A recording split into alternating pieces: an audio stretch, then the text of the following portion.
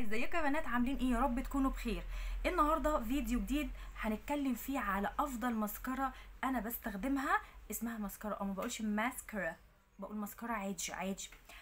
افضل ماسكارا انا بستخدمها واتسالت عليها اكتر من مره، وبجد كل اللي شافها وانا حطاها افتكرني ان انا مركبه رموش. وزي ما انتم شايفين كده، اميره انت مركبه رموش؟ اميره لا، انا ولا مركبه رموش ولا اي حاجه. انا بستخدم الماسكارا دي، وفي ماسكارا تانية استخدمتها في الاونه الاخيره عجبتني قوي قوي قوي، وجايه اقول لكم عليها. وكمان بالمره هقول لكم على شويه منتجات كده انا بستخدمها مصري مصري مصري. ها فاهمين؟ مصري. شجعوا صناعه بلدكم يا بنات، واي حاجه مصري كويسه شجعوها واشتروا منها وابتدوا اتكلموا عنها عشان الناس كلها تعرف ان احنا عندنا منتجات مصريه حلوه. ولو مهتمين تعرفوا الدنيا هتمشي معايا ازاي وهنتكلم على ايه وايه المنتجات اللي عجبتني وايه المنتجات اللي انا بستخدمها وايه الماسكارا اللي انا بستخدمها والماسكارا الجديده اللي انا جربتها، تابعوا معايا لاخر الفيديو. بس قبل ما تنسوا لايك وشير وسبسكرايب وتفعيل رمز الجرس عشان يوصلكم كل جديد انا بقدمه. يلا بينا. زي ما قلت لكم في اول الفيديو ان في منتجات مصريه حلوه جدا، وبجد نتيجتها بتكون مبهره. ومش ضروري عشان تكون مستورده تبقى حلوه، او عشان هي مصري ما تبقاش حلوه. لا، في صناعات عندنا مصريه حلوه جدا جدا جدا، وبجد يعني احسن من المستورده. جماعه لو لقيتوا منتج مصري كويس ابتدوا اتكلموا عنه وشيروا الموضوع ده بينكم وقولوا واتكلموا. مش كل حاجه نسكت على صناعه بلدنا انتوا فاهمين انا اقصد اقول ايه، ونقول ان صناعه بلدنا مش حلوه. لا، في حاجات حلوه جدا وكويسه جدا وتستحق التجربه. زي ما انتم شايفين انا جايه اكلمكم كل المنتجات تقريبا اللي انا هستخدمها النهارده، يعني بنسبه 95% منتجات مصريه بجد، وليها افكت ومفعول احلى من 100,000 حاجه مستورده. يلا بينا نبدا ونشوف هنعمل ايه في الفيديو. وزي ما قلت لكم لايك وشير وسبسكرايب لو اول مره تشوفيني، وتفعلوا الجرس عشان يوصلكم كل جديد انا بقدمه. يلا بينا نشوف هعمل ايه. طبعا كل ما اروح مكان اتسال على نوع الماسكارا اللي انا بستخدمها. كذا حد سالني اميره انت بتستعملي الماسكارا بتاعتك ايه؟ اميره هو انت مركبه رموش؟ اميره زي ما انتم شايفين طبعا الرموش مش عاديه يعني خالص، بس انا بستعمل ماسكارا فعلا بتغير من شكل رموشي خالص. طبعا مع ان انا بعرف ارسمها كويس. يعني ايه؟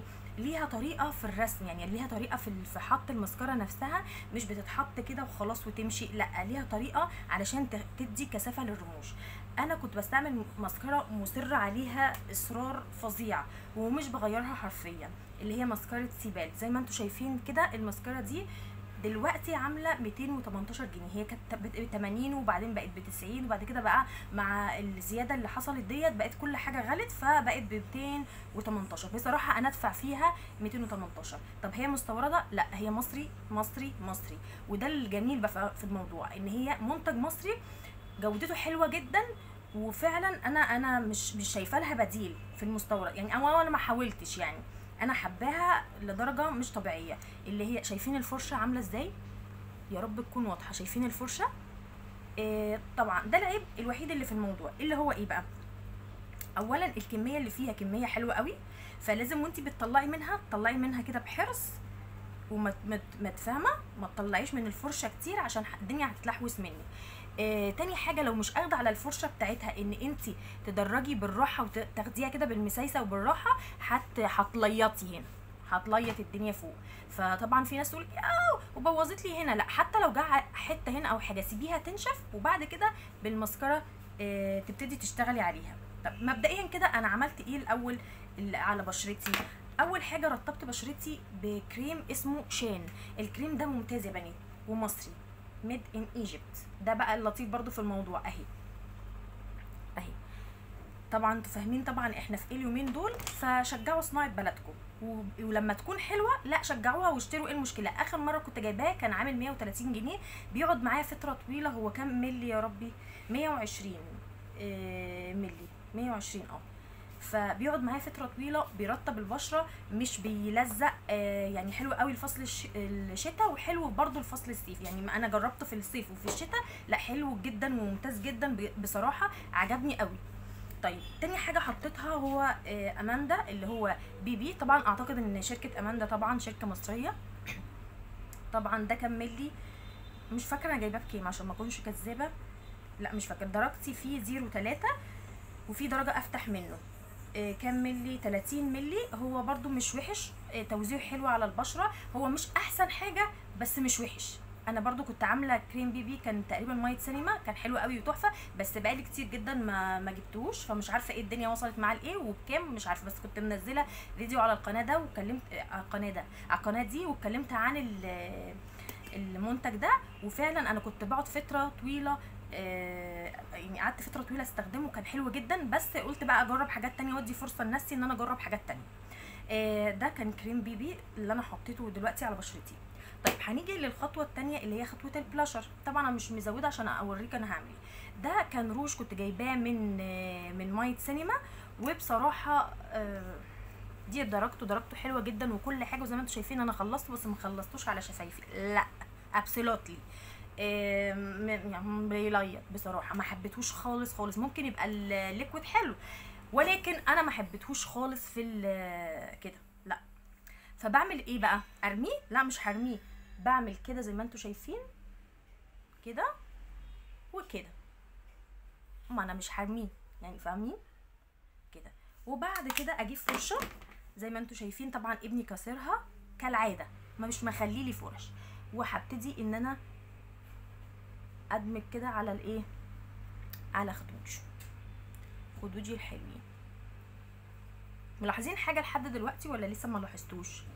اهو، ولا تقولوا لي بقى بتاع بقد كده ولا بقد كده، اهو الروج والله ما اثر معانا في حاجه اهو، وفرشه عرجه اهي، وشغالين وهنطلع امارات في النهايه زي الفل. طبعا هتيجي تسالوني عن حواجبي. طبعا في ناس كتير سالتني عن الحواجب ايه ومش الحواجب. في ناس طبعا مش تعجبها الحواجب دي، انا عاجباني. بستخدم قلم MN ب10 جنيه، اعتقد برضو ان هو يعني مصري او يعني هو ما ثواني كده، انا ما اتاكدتش والله ان هو مصري او لا، بس لا هو صيني، بس الصين حلو. المهم زي ما انتم شايفين كده بظبط حواجبي بالقلم ده، ما اثرش معايا، بقالي السنين شغاله بيه، ما اثرش معايا في اي حاجه، وحابه النتيجه بتاعته على حواجبي جدا. انا ما بحبش ولا الجل ولا بحب البودر، ما بيظبطوليش الحاجب. ليه السؤال هنا ليه؟ اولا لان انا عندي الحاجب من هنا خفيف جدا ومن هنا برضو خفيف جدا، فانا اعمل ايه؟ لازم تعملي له هيكل من بره، وما فيش اصلا، ما عنديش ما فيش هيكل للحاجب اساسا، فبعمل الهيكل ده من بره وابتدي امشي بالراحه اعبي الفراغات دي بالراحه، ولا بيقطع الحواجب ولا بتاع، طري جدا وممتاز جدا. انا اختي كانت مش عارفه بتستعمل براند ايه كده وغاليه على الفاضي، فبقول لها ليه يعني؟ طب ما انت عندك MN ب10 جنيه. قالت لي MN ب10 جنيه؟ لا ما استعملوش ابدا. طب جربي. راحت مجربه، قالت لي ايه ده ب10 جنيه؟ قلت لها والله العظيم، وكان ب7 جنيه الاول. فعجبها جدا وانا بحبه، اذواق بقى. المهم طبعا هنيجي للحاجه تانية اللي انا بحطها برضو اثناء النهار او الميك اب اليومي بتاعي. طبعا ده اتكلمت عليه في كذا فيديو قبل كده، برضو نزلتهم على القناه. تشاو ليكويد مات. الميزه اللي فيه اولا ثبات، طري على الشفايف، مش بيخطط ومش بينشف الشفايف اطلاقا. انا بقالي تقريبا يجي 5 سنين كده مش عارفه اغير، وكل ما اغير ارجع تاني ليه. وما لا لازم يبقى عندي ان شاء الله، لو درجه واحده لازم يبقى عندي موجود، استحاله. حلو جدا. فرشته بالنسبه لي انا عظمه، يعني رفيعه وتقدري تحددي وتمشي وتعملي كده احلى تظبيط بيها بصراحه. العيب بقى اللي فيه درجاته مش متنوعه، يعني مثلا انت عندك مثلا درجه 0.3 زي 0.4 قريبين من بعض، وبعدين درجات بنيات كده غامقه قوي ما تفهملاش لون عندي والله، بس مش عارفه طبعا هقعد انكش واطلع. المهم يعني فالالوان ما عندهمش درجات الالوان المتنوعه اللي تقدري مثلا تجيبي انا هجيب السات على بعضه عشان الالوان كلها انا محتاجاها. لا انت ممكن بقى 0.3 زي 0.4، يعني دي فاتحه شويه دي اغمق سنه، فتقدري تتعاملي وتجيبي الدرجات. في درجتين بقى برضو اسمها ايه تشاو برضو، بس ايه اللي هي ايه الخشب. الدرجات برضو ايه انا جبتها، شايفين الدرجات؟ درجه اللون الموف الغامق، ودرجه اللي هو زي الفوشيا كده. انا جايباهم على اساس ان دي الدرجات، لا طلع حاجه تانية، يعني انا طلع حاجه تانية غير دول. يعني مثلا ادي اول لون، بتفهم فحلقي بنفسجي ما تفهمش برضه. تاني لون اهو، ده اللي انا اول لون حطيته ده 05. حلو. طيب اللون التاني فوشكاش بقى، ها، ده 08 اهو. طبعا انا اللونين بعد هما بيتباعوا متغلفين من هنا كده، طبعا ده مصري برضه. لما روحت لقيت اللونين صعبين، صعب اسكت ولا يهمني وارميهم، يعني خلاص ما انا فتحتهم. احط مثلا حته من دي والون ايه، افتح بدي اعمل فيديني درجات الوان مختلفه، ما انا مش هرميهم وفي نفس الوقت يعني صعبان عليا الفلوس اللي اتدفعت بس، ومش همشي كده، يعني انا مش همشي في الشارع كده، هيبقى صعب بالنسبه لي. فهقول لكم دلوقتي مثلا لو انا عايزه مثلا احط كده، امسك المرايه. احنا بعدنا عن موضوع المسكره تماما، بس راجعه لكم، اصبروا عليا، اصبروا، هتاخدوا شغل نضيف. اول حاجه طبعا اللون ده هطلعه لكم كده اهو، هو عايز يتبرى، هحدد دي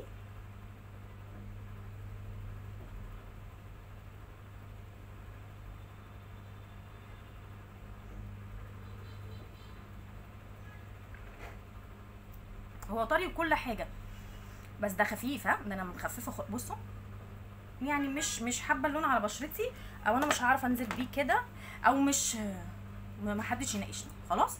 المهم وامسك اللون ده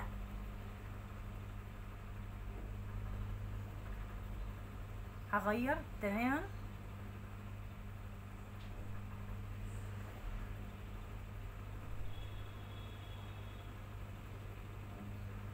شفتوا فايدة بقى الفرشة رفيعة وانسيابية، اقدر اتحكم زي ما انا عايزة، وبينشف، بس مش بينشف في ساعتها يقفش في الشفايف كده كده، لا.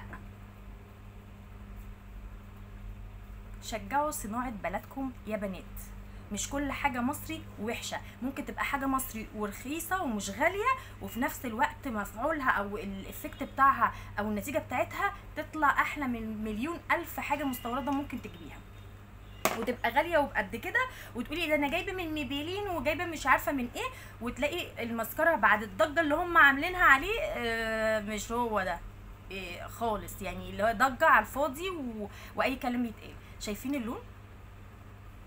ايه رايكم؟ وانزلي بقى وكلي واشربي، بس ما عدا لو شربتي او اكلتي حاجه فيها زيت او حاجه، تلاقي مثلا اتحرك شويه من الشفايف، وممكن تخشي تظبطيه والدنيا تمام. لو شربتي ميه او خرجتي وما اكلتيش او ايا كان، تلاقي الثبات وشفايفك زي ما هي لفترات طويله. نيجي ونرجع لمرجوعنا اللي هو المسكره دي، ومش بس كده، ده انا كنت يعني بقالي سنين السنين بستعملها. في الاونه الاخيره بدات استعمل مسكره اسمها اماندا، مصري برضو، يعني عايزه اقول لكم النتيجه كانت فوق الرهيبه، مش قادره يعني اقول لكم جمالها وحلاوتها قد ايه. ومصري، كنت جايباها بكام؟ كنا زمان بتجيب المسكره الاماندا دي مثلا ب 45 ب 40 50، دلوقتي بقت ب 175. استنوا كده هرجع، يعني هجيبها لكم وارجع. معلش توهتكم من حاجه لحاجه، بس انا عشان في دماغي كذا حاجه عايزه اقولها لكم فخايفه انسى حاجه. فانا كنت جايباها المسكره من عند اوريجينال اللي هو في شارع فرنسا في المنشيه عندنا في اسكندريه، والفاتوره اهي، يعني لسه جايباها. انا استخدمتها مره جربتها اول ما جيت، ومره نزلت بيها من اول ما حطيتها لحد اخر النهار. لا يعني لا، اولا بتكثف وتطول، ولاخر النهار هي محتفظه بشكلها ولا نكتفت مني ولا اي حاجه. ولما جيت غسلتها بقى، المفروض ان المسكره عامه ايه، في مسكرات بتهبب وتطين الدنيا وانت بتمسحيها، لا خالص. يعني انا غسلتها غسول كده وميه، ما كانش عندي ريموفر ولا حاجه، لا لا لا، الموضوع مختلف، يعني ما فيهوش تهبيب ولا حاجه. كنت جايباها بكام يا ولاد؟ اهو كنت جايباها يوم 27 اكتوبر ب 175 جنيه، 175 جنيه من عند اوريجينال اللي هو في المنشيه، مستحضرات تجميل، العنوان المنشيه سوق النصب كده يعني. المهم عايزه افرجكم برضو على الفرشه عشان برضو ابقى انا عملت اللي عليا وفرجتكم كل حاجه. مش لازم يبقى عندي ميك اب يا ولاد من بقد كده، يعني مشي حالك. اهي دي، شايفين منظر الباكجينج من بره؟ شايفين لونها فضي، هي مكتوب عليها فيبر اكستنشن ماسكارا، بس انا بقول ماسكارا عادي. تمام. اماندا اهي الفرشه بقى بتاعتها، شايفين متنيه كده علشان تديكي الظهر ده وش، يعني اللي جوه ده كده القوس ده بيتقل الرموش، واللي تحت ده اللي هو لو عكستي الفرشه كده اللي فوق، اللي هي الحته اللي فوق دي بتطول الرموش اعتقد ده، لان انا لما جربتها عملت معايا كده. المهم دول المسكرتين اللي انا فعلا، وعلى فكره مش بستخسر ابدا في المسكره، طالما حلوه ادفع فلوس مش مشكله. يعني دي زي ما قلت لكم ب 218، ممكن تنزلي تلاقيها اغلى من كده، الله اعلم بقى انت وعلى حسب هتنزلي تشتريها امتى. ودي ب 175. الله اكبر الله اعظم. ثانيه وارجع لكم. ورجعنا تاني. بصوا بقى، تحبوا اجرب دي النهارده وبعدين التانية بكره ولا عين وعين؟ احنا نجرب عين وعين عشان تشوفوا الاتنين الفرق بينهم ايه بالمره، يعني عشان نبقى اتكلمنا عن كل واحده وسعرها ايه، مميزاتها ايه، عيوبها ايه، وفي نفس الوقت شفنا الفرق بين الاتنين. انا الاتنين حبيهم. دي اول حاجه هجربها في العين دي اهي كده.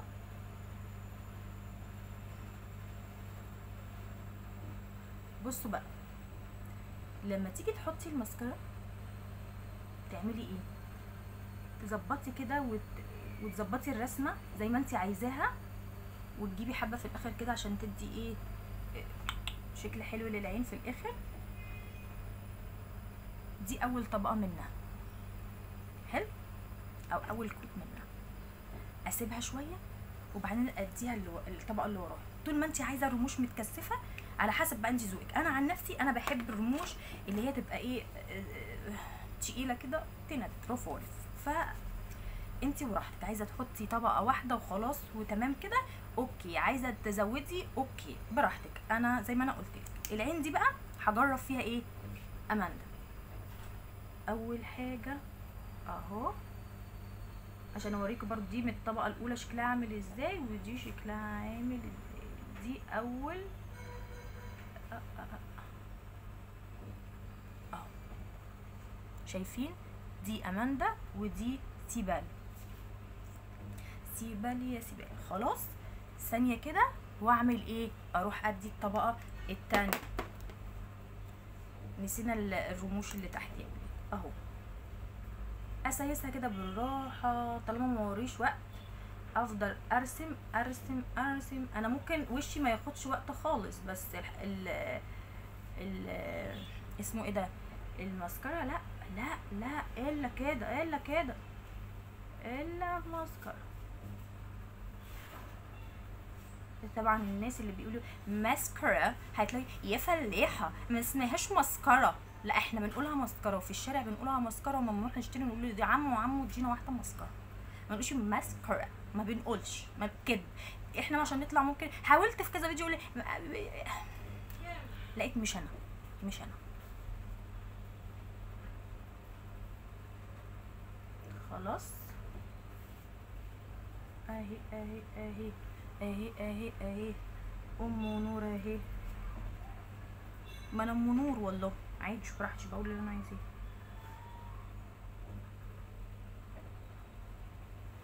بصوا بصوا عملت ايه، استنى بقى لحد ما تنشف وامسحها. دي الطبقه التانية زي ما انتوا شايفين كده. طب اروح بقى ايه للتانية الحلوه الجميله دي واديها الطبقه التانية. اديها ميه تديك ايه طراوه.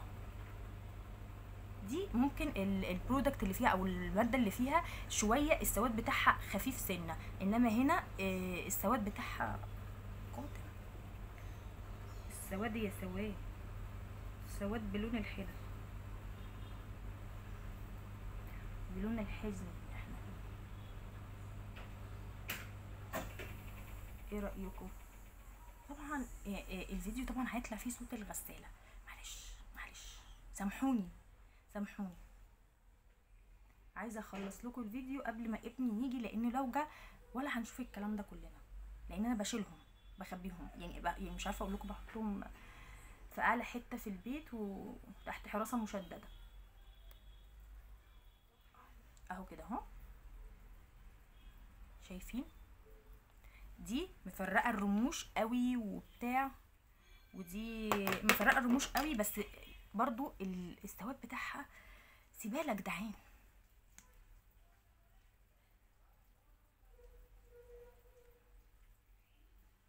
بصوا هروح اكمل وارجع لكم واوريكم النتيجه النهائيه في الاخر.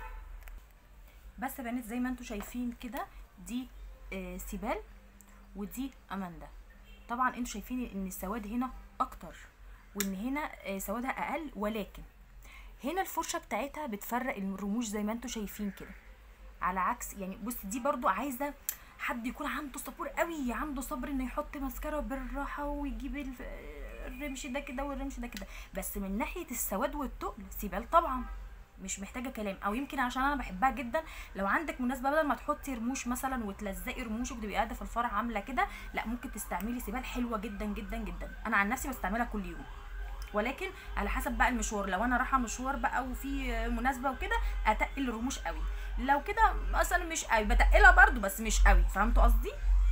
دي حلوه جدا برده للاستعمال اليومي. بصوا مفرقه الرموش ازاي، واخدين بالكم منها مفرقه الرموش وشكلها حلو. كل الناس حلال هتمشي في الشارع وانا بصور دلوقتي اعمل فيهم ايه. المهم دي اماندا زي ما انا قلت لكم، ودي سيبال، وانتوا بنفسكم اللي هتحكموا عجبتكم مين اكتر دي ولا دي. انا بالنسبه لي حبيت الاتنين، وان كان دي انا هحبها اكتر لان بحب الرموش السوداء التقيله، ودي برضو حبيتها جدا بس دي اكتر. بس يا بنات وده كان فيديو النهارده، يا رب الفيديو يكون مفيد بالنسبه لكم ويكون عجبكم. لو عجبكم وطلعتوا بمعلومه منه لايك وشير وسبسكرايب لو اول مره تشوفوني، وتفعلوا الجرس عشان يوصلكم كل جديد انا بقدمه. واشوف وشكم على خير الفيديو الجاي. باي باي.